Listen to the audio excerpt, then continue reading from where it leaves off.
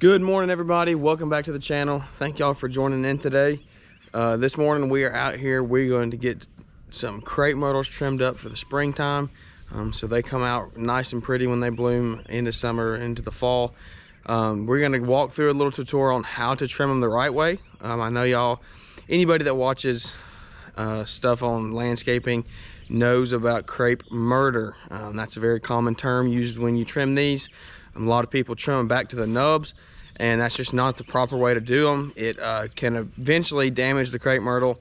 We all know they're super tough plants, but it can damage them in the long run, and they don't always look the best. But we're going to walk through what crepe myrtle is, when there is an okay time to do it, and how to trim them the correct way to get them nice and pretty in the summer.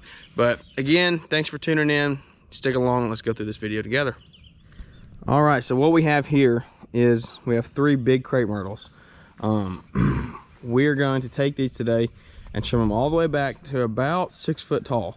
Right now they're probably 15 feet tall, and they are just really big. They grow really bright and pretty during the summer, but when they're dead, they just look really ugly. And over here we got some that we cut down last year that right next to these stairs that the homeowner doesn't like them. So we're going to cut these all the way back to the nubs, and then there's one down there. But this is what we were talking about, crepe myrtle. We'll get into that a little later in the video. But for now, we're going to set y'all up, do a little time lapse of us trimming these, and then we'll walk through and show you the correct way to trim them.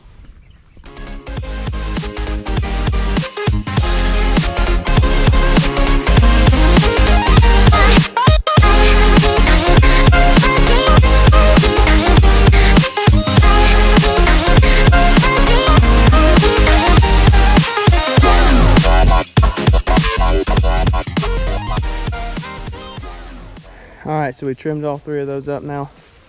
Now we gotta take this pile down to the woods. This is all the branches off of them.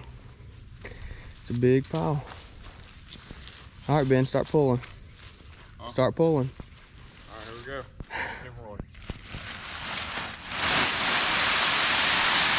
There's that gravity. He's on a hill.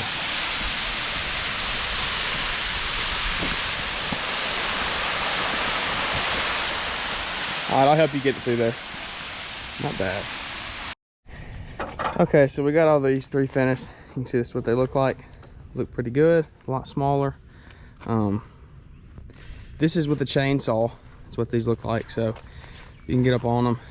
You can see we left on all the stems, leave 4 to 6 inches from the previous nub, from last year's cutting. You can see here and right here. So we use a chainsaw on these because it really just depends on what kind of house you're trimming these at. I mean, if you're trimming these in $1 million neighborhood and the customer's going to pay you for 3 hours of your time sitting there with loppers trimming every one of these, then yeah, you should trim them with loppers. It gives you a cleaner cut than a chainsaw does. But for me, we're out here in a rural spot in our route, and these people don't really care. They're not gonna get out here with a fine tooth comb and look at these ends. So I use a chainsaw and go over them. Still makes them look nice, but it does roughen up the ends a little bit. So I'm gonna show you how to do it with the loppers and show you the difference in the cut quality and more likely what a homeowner would do. So with the lopper, like I was saying, it gives you a lot cleaner cut. It does do that, but it takes a lot longer. It takes a lot more effort than a chainsaw, and the time is money in this business. So you can get up close here now that I've cut a few, and you can see these ends they do have cleaner ends on them than the other one. But just as I was saying, it just depends on where you're at, what kind of customer you're trimming them for, because if they're not going to sit out here with a magnifying glass and inspect these ends, then a chainsaw will be just fine. If I was a homeowner and I didn't have a chainsaw, loppers are a very good option. They're 25 bucks from Walmart or Lowe's. Fiskars is what I have.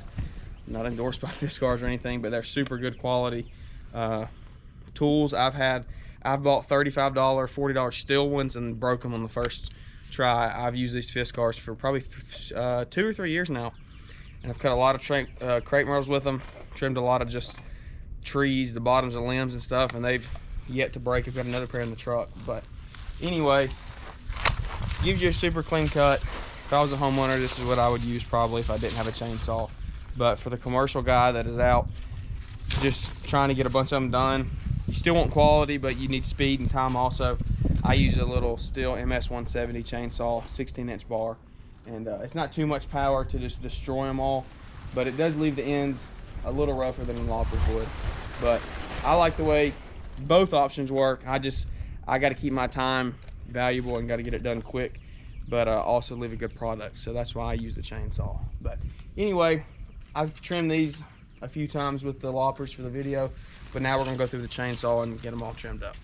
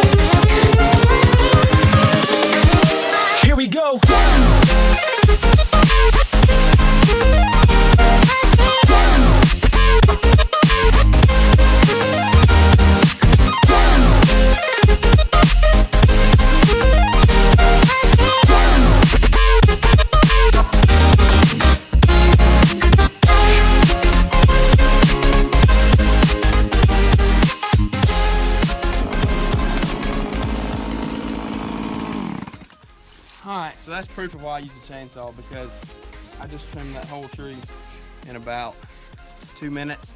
So now we're going to come through. We will use the loppers for this, use our hands, clean out all this dead stuff in here, all these little branches. So we'll leave this looking nice and crisp, and we'll show you what it looks like when we're done. Alright, so here's the finished product. Cleaned it all out. So now you can see through the middle, we got all these. Here's a few more little twigs right here, but cleaned all that out now. So we have the ends 4 to 6 inches above the nub before. Try to keep them pretty even on top so they're all the same height. This property does have a wood line, so we can drag everything back there, and it makes it really easy on us because we don't have to haul it off, and it makes it easier on the customer's pocketbook. We don't have to charge as much. So that is going to do it for us, guys, in this video. I will go over the crepe myrtle thing real quick that I mentioned earlier. So crepe myrtle, what is that? That could be a popular question. What that would be is seeing all these that I left 4 to 6 inches, as I was saying. If I just took all these and cut them down to the nubs, if I just cut them all the way down to about right there, all this right here, just cut them off right there, that would be considered crepe myrtle. This right here is considered crepe myrtle. Somebody did it in the past. Let me see if I can find one more. See this right here, I'd cut this limb off. Cutting it that short, that's crepe myrtle. So that's kind of the sarcastic term that's used, but it's really a real thing. It can really damage these trees and not make them look very good. I started trimming these 2 years ago and started doing them the right way, but in the past you can see they've been trimmed pretty badly because see how worn out they are and stuff around the ends. It's hard to see because of that light, but they look really dead and stuff. They don't look very healthy. Maybe you can see this better. They look burned almost. The ends have just been trimmed back so many times down to the nubs that it's really took a toll on it. But we've been trimming them correctly for the last 2 years, so hopefully we can get them looking good again in the next year or two. But this is them. They look really good. I used a chainsaw, as I was saying, and it gives you still gives you a good looking product, but it really increases your time and efficiency. All right, guys, so thanks for watching this video. I hope it's been a help to you. As always, like, comment, subscribe to the channel. Share the video with your friends, get other landscapers involved. I would love to grow this thing and just help people out. If you have any other videos you would like to see in the future, drop them down below. We can try to work on that. We are going to drop another video probably in a week or two about how to trim another certain bush that is very common here in Alabama. Got to get trimmed this time of year. Just be on the lookout for that, and we'll see y'all then. Thanks for watching.